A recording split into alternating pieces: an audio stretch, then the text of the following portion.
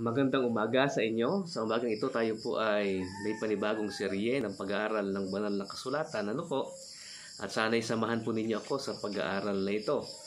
Ang atin pong pag-aaralan ay ang ikalawang Korinto Kapitulo 3 at ating ipapaliwanag yung talatang 7 at 14. At halos atin pong titingnan ang buong Kapitulo 3 upang makuha po natin ito.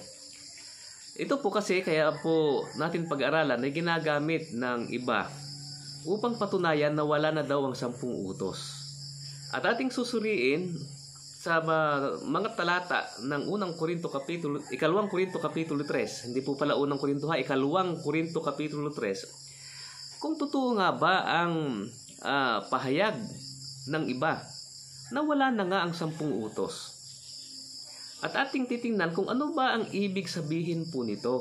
Ano po?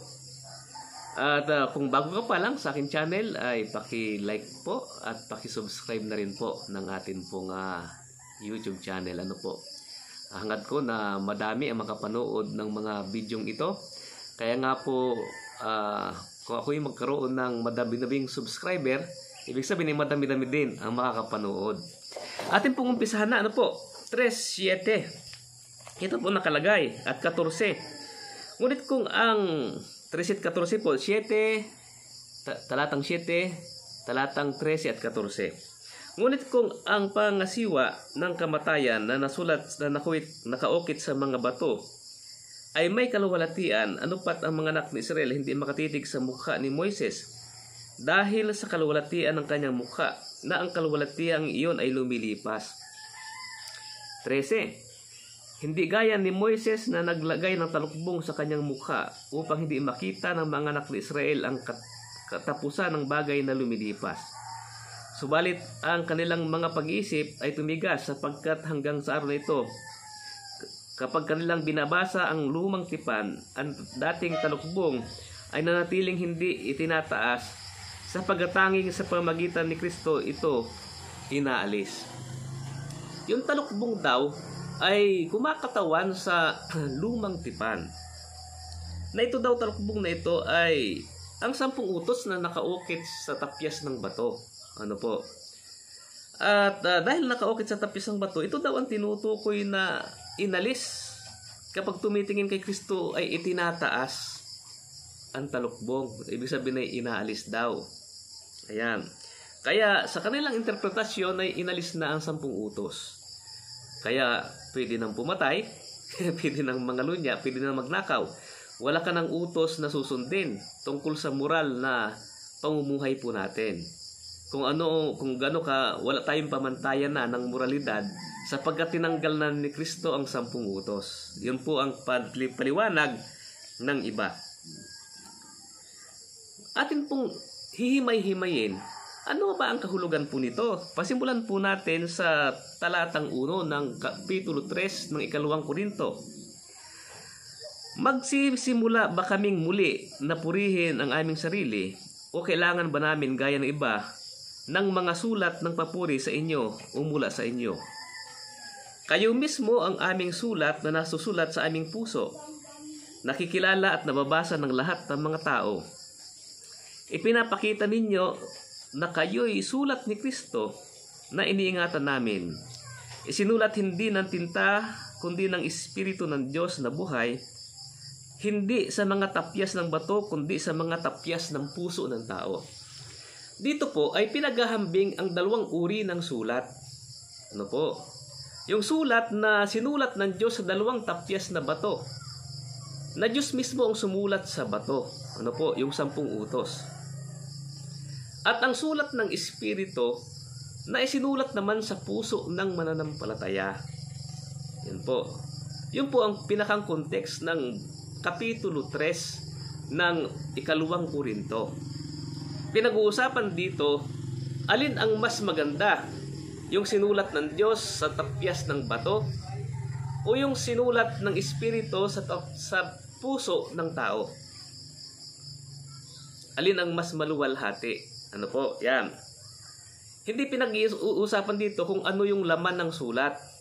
Ang pinag-uusapan dito ay alin ang mas maluwalhati, yung sinulatan na bato o yung puso na sinulatan. Yun po ang pinag-uusapan. Kaya dito sa talatang 7 ay nakalagay na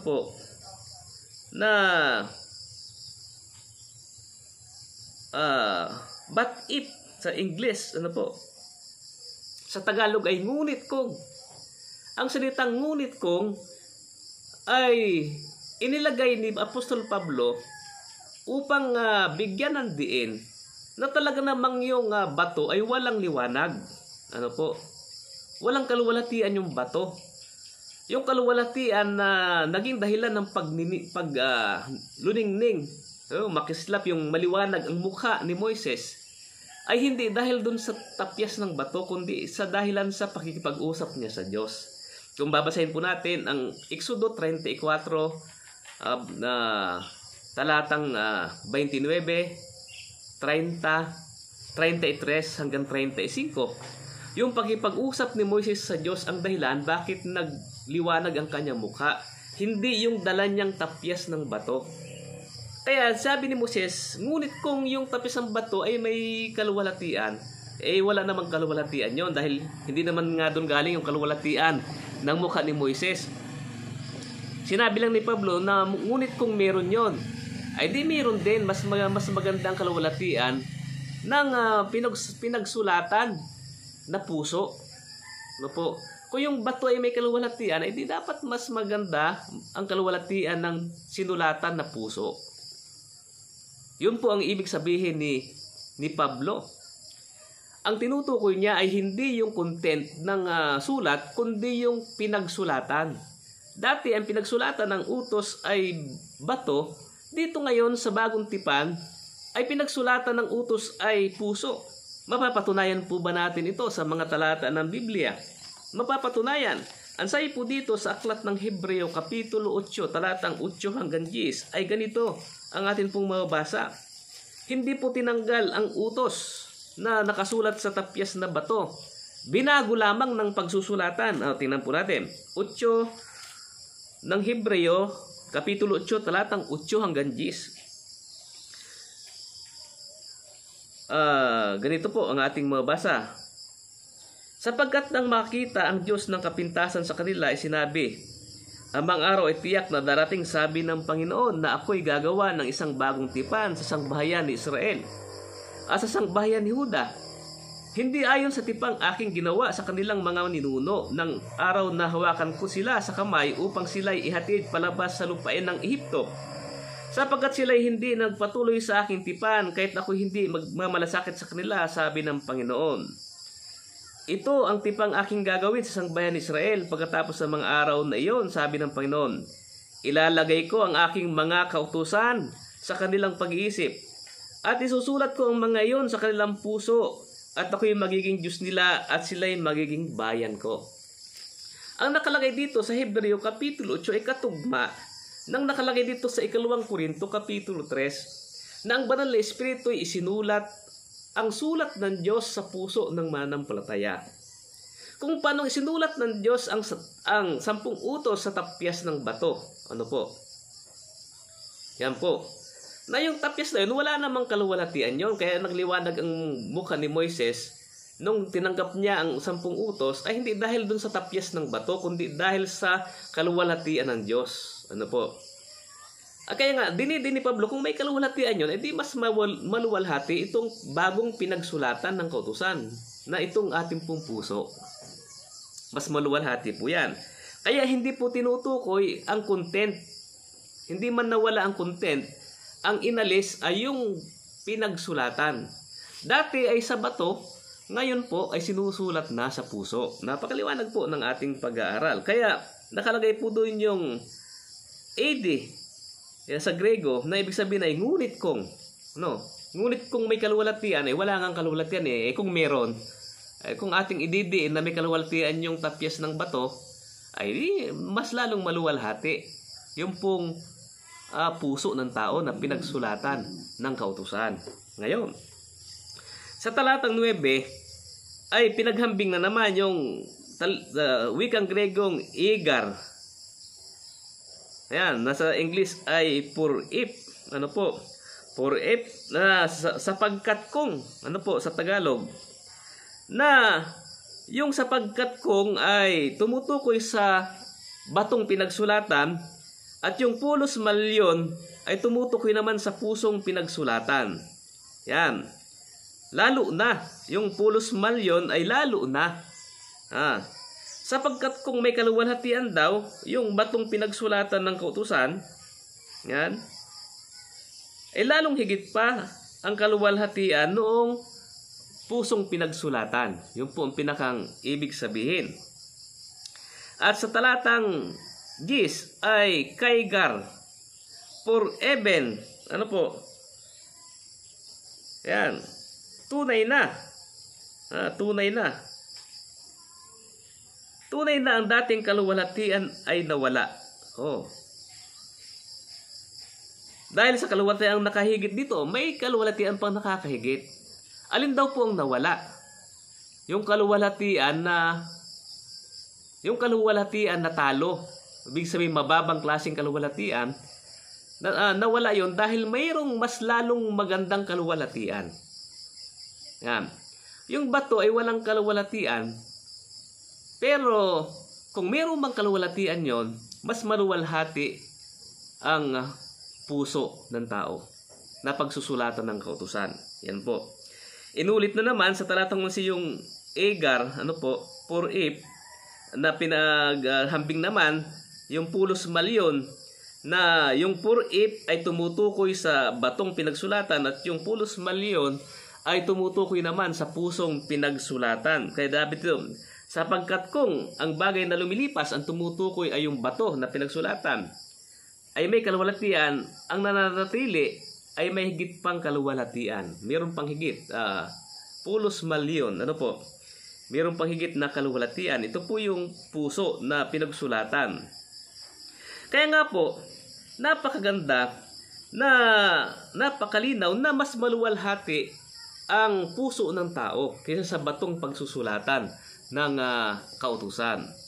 Kaya ang nawala po dito ay hindi yung kautusan, kundi yung bato na pinagsulatan.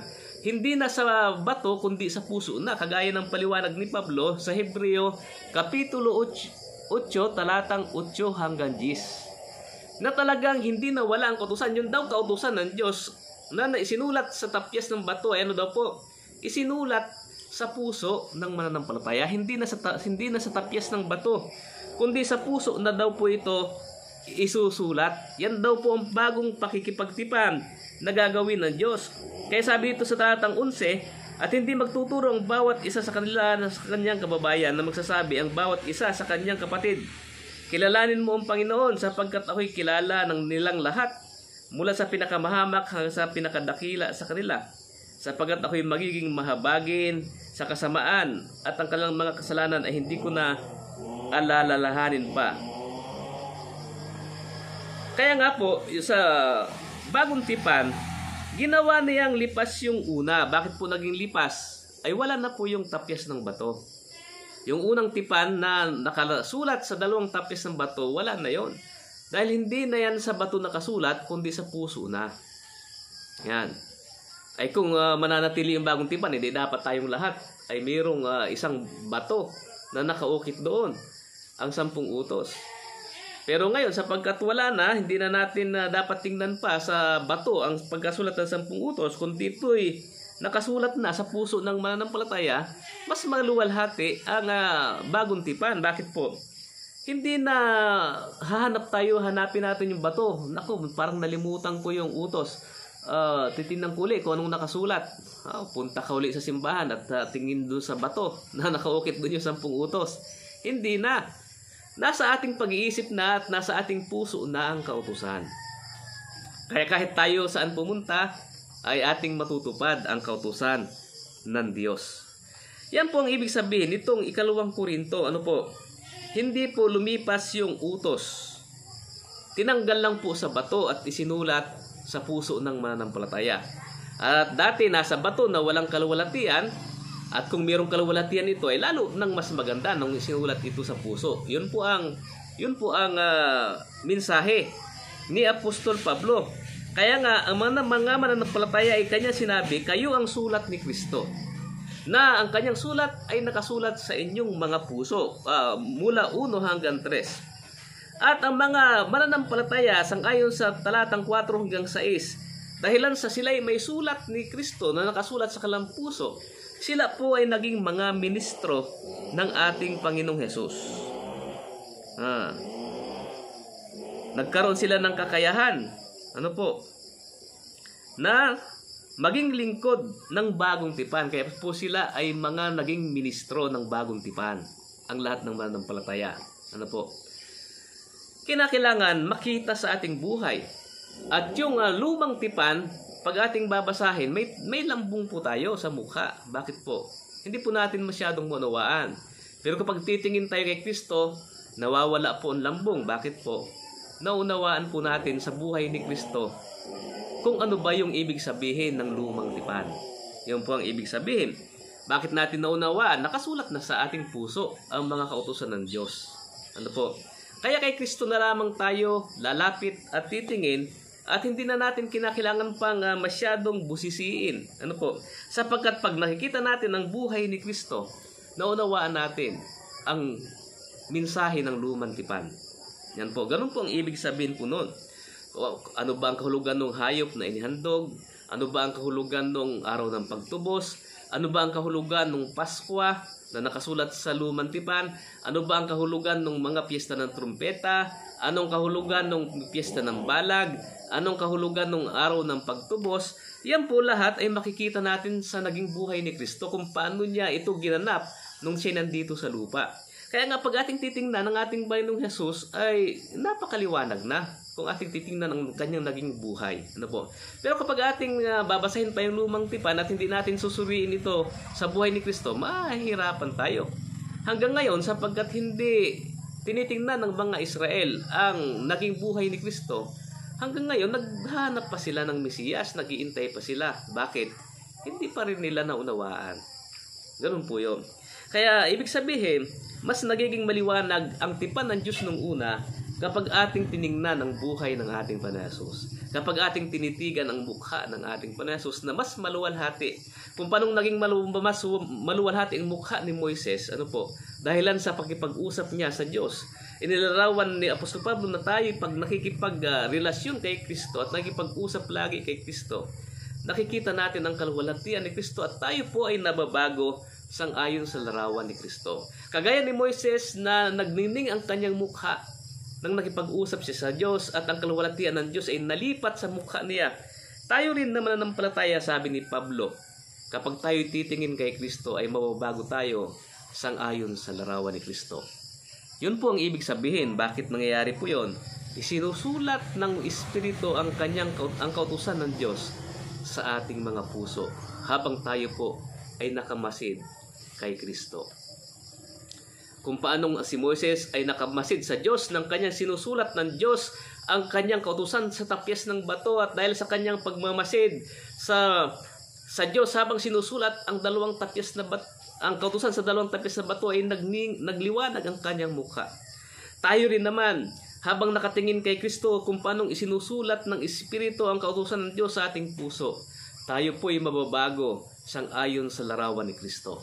Yun po ang mensahe ng 2 Korinto Kapitulo 3. Nagkamali po ang marami nang sabihin nang nawala sa 2 Korinto Kapitulo 3 ay tinanggal daw ang 10 utos. Nagkamali po.